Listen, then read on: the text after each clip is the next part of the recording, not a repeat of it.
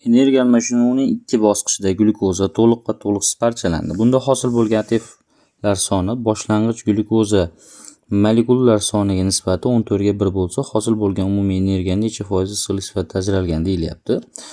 Xo'p, demak, glyukozamiz C6H12 O6 chala parchalanganda ikkita ATF hosil qiladi va umumiy energiya hosil qilishi mumkin plus 200 kilojoule va bundan 120 kilojoule esa issiqlik energiyasi sifatida tarqalib ketadi.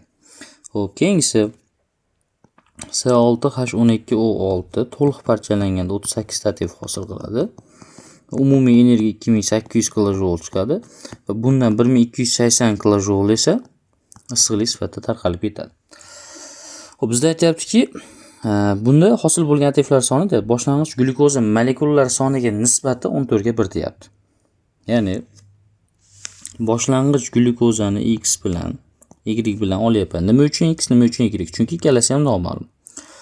Chala parchalanganda X bilan belgilab olyapmiz, to'liq parchalanganda Y bilan belgilab olyapmiz. Ya'ni noma'lum son sifatida belgilab olyapmiz.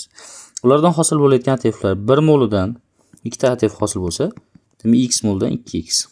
1 molidan 120 kilojoule issiqlik energiyasi esa mana 120X. To'liq parchalanishdan 1 molidan 38 mol ATF hosil bo'lsa, demak Y molidan 38Y va chiqayotgan issiqlik energiyasi ham 1280Y bo'lyapti. Bizda aytdiki, boshlang'ich glyukozalar bilan deyapti. Glyukoza va ATFlar nisbati 1 ga 14 dedi. Bizda ATFlar hosil bo'lyapti, ya'ni qancha? 2x 38y. Glyukozalarimiz dastlabkisi x ga y deb oldik. Chunki x moli chala, y moli to'liq. 14 nisbat bo'lganda bular qancha bo'lar desak, 14x plus 14y bu ATF. Ya'ni 14 ni x bilan y ga ko'paytiryapmiz, 1 ga bo'lsak 14x plus 14y chiqyapti. Bu 14x plus 14y bu jami ATFlar edi. Bizda jami ATFlar 2x ga 38y deyapmiz. Shunga tenglab olamiz. 2x plus 38y ga. Endi 2x bu yoqqa minus bo'lib o'tadi. 14y bu yoqqa minus bo'lib o'tadi. 2x bu yoqqa minus bo'lib o'tsa 12x.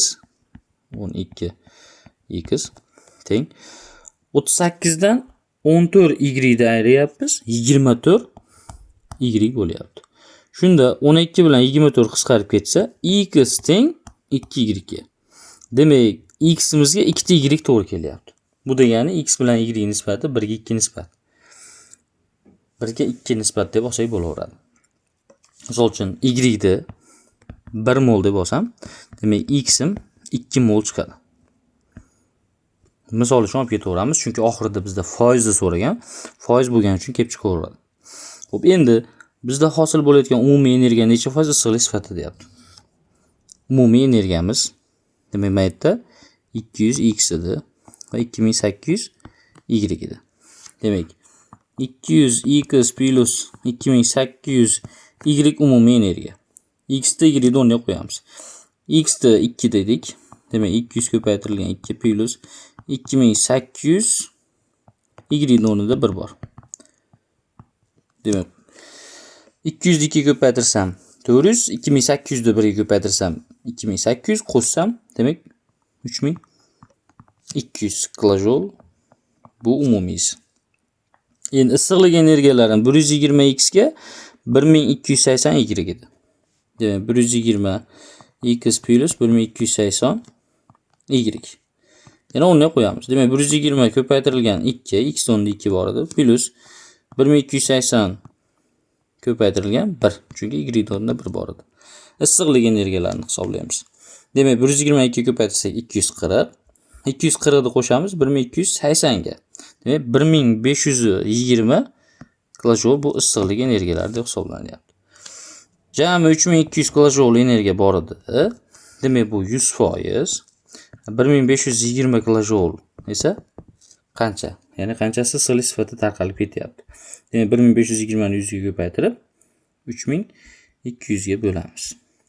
47,5% chiqyapti. Demak javobimiz C javobiga to'g'ri keldi.